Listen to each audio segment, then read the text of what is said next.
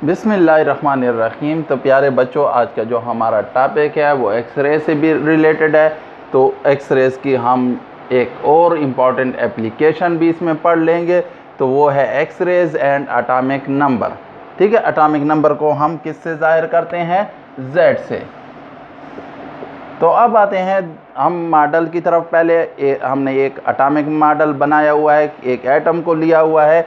अगर आप देख लें, इस एटम में हमने फॉर एग्ज़ाम्पल के इलेक्ट्रॉन को इजेक्ट करवाया है। ठीक है, तो उसकी वैकेंसी प्रोड्यूस हुई है इन के शेल, या कोर होल प्रोड्यूस हुआ है इन के शेल। तो उसको फिल करने के लिए इलेक्ट्रॉन क्या होंगे? हायर ऑर्बिट से, हायर शेल से जंप करेंगे, और जब जंप करेंगे हायर शेल से तो रिलीज ऑफ एनर्जी होगी in the form of radiation. और इन रेडिएशन की जो फ्रीक्वेंसी होगी या वेवलेंथ होगा वो किसकी उस करेक्टरिस्टिक में आएंगी? एक्सरे की करेक्टरिस्टिक में आएंगे। ठीक है, तो अब ये जो पॉजिटिव चार्ज है या न्यूक्लियस है या नंबर ऑफ प्रोटॉन्स हैं, हर एलिमेंट के डिफरेंट होते हैं। ठीक है, जब डिफरेंट होते हैं तो उतना ही जो इलेक्ट्रॉन को वो क्या करेंगे? अट्रैक्ट करेंगे, ताकि कोर होल जो है क्या हो? फील हो। तो वो अट्रैक्शन जितनी ज़्यादा होगी उतनी आपकी फ्रीक्वेंसी ऑफ रेडिएशन जो इमिट होंगी या एक्सरेज की जो एक्सरेज इमिट होंगी तो उनकी फ्रीक्वेंसी उतनी ही ज़्यादा होगी। तो इसको जो फर्स्ट ऑफ टाइम हेनरी मोज़ले ने स्टडी किया इन 1913 में, कि उसने कहा कि डिफरेंट एलिमेंट जो हैं वो डिफरेंट फ्रीक्वेंसीज के एक्सरे दे रहे हैं। और उनकी जो उसने फिर कैलकुलेशन की तो उन कैलकुलेशन में ये बात सामने आई कि जो पॉजिटिव चार्ज है इन द न्यूक्लियस वो रिस्पॉन्सिबल है किसके लिए? Production of X-rays of different frequencies. जितना positive charge on target element जिससे एक्सरेज प्रोड्यूस हो रहे हैं, जिस पे इलेक्ट्रॉन, हाई मूविंग इलेक्ट्रॉन या हाई मूविंग फोटॉन या आपके कोई प्रोटॉन हो सकता है, वो टकराएगा और उसको इजेक्ट करेगा। ठीक है, तो उस एलिमेंट, टारगेट एलिमेंट का जितना पॉजिटिव चार्ज ज़्यादा होगा उतनी ही इंटेंस एक्स रे आपकी प्रोड्यूस होगी या आप high frequency X ray produce होंगे। और उसने फिर डिफरेंट एलिमेंट उस वक्त जो मेंडलीव पीरियोडिक टेबल या उस वक्त तक डिस्कवर हो चुके थे उनको उसने one by one as a target anode के तौर पर रखा।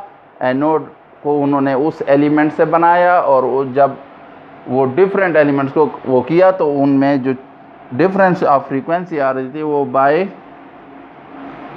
1 पॉजिटिव यूनिट आ रही थी, यानी एक एक उससे वो इंक्रीज़ हो रही थी एक नंबर से। और फिर उसने इसको जो है पॉजिटिव चार्ज है उसको उसने क्या नाम दिया? ये कि ये एटॉमिक नंबर है। हर एलिमेंट का करेक्टरिस्टिक होता है, किसी दूसरे एलिमेंट का वो एटॉमिक नंबर कभी भी नहीं होगा। और यही जो था फिर बाद में हमें मालूम हुआ कि जो नंबर ऑफ पॉजिटिव चार्ज हैं दरअसल वो क्या है? नंबर ऑफ प्रोटॉन्स हैं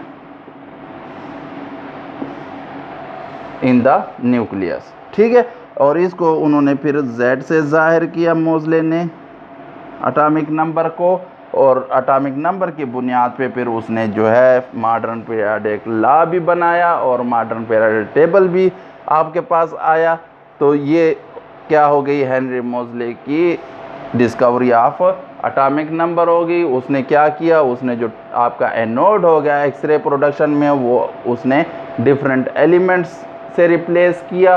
उस डिफरेंट एलिमेंट्स के एनोड्स उसने बनाए और उनको यूज़ किया, और उनकी जो फ्रीक्वेंसी में डिफरेंट एलिमेंट्स की एक्सरे की फ्रीक्वेंसी में जो चेंज आ रहा था वो बाय 1 यूनिट पॉजिटिव चार्ज आ रहा था। और इसी 1 यूनिट पॉजिटिव को उसने क्या नाम दिया कि ये क्यों आ रहा है, ये by increase in atomic number by 1 digit. और इनको फिर उन्होंने एटॉमिक नंबर को क्या किया, उसने कहा न्यूक्लियस में क्या होते हैं, नंबर ऑफ प्रोटॉन होते हैं, बाकी में न्यूट्रॉन जो है वो तो न्यूट्रल है। तो पॉजिटिव जो चार्ज है जो responsible for the frequency of X rays है, तो वो क्या है, नंबर ऑफ प्रोटॉन्स है। ठीक है, तो number of protons her element का अपना करेक्टरिस्टिक नंबर ऑफ प्रोटॉन्स होते हैं जो किसी दूसरे एलिमेंट्स के नहीं होते। तो इसको बेस बनाकर उसने फिर क्या किया, arrangement of elements into groups और पीरियड्स की, और जिसकी वजह से हमारे पास मॉडर्न पीरियोडिक टेबल आया, और इसी के बुनियाद पे उसने मॉडर्न पीरियोडिक लॉ को भी स्टेट किया। तो ये हो गए X rays and atomic number.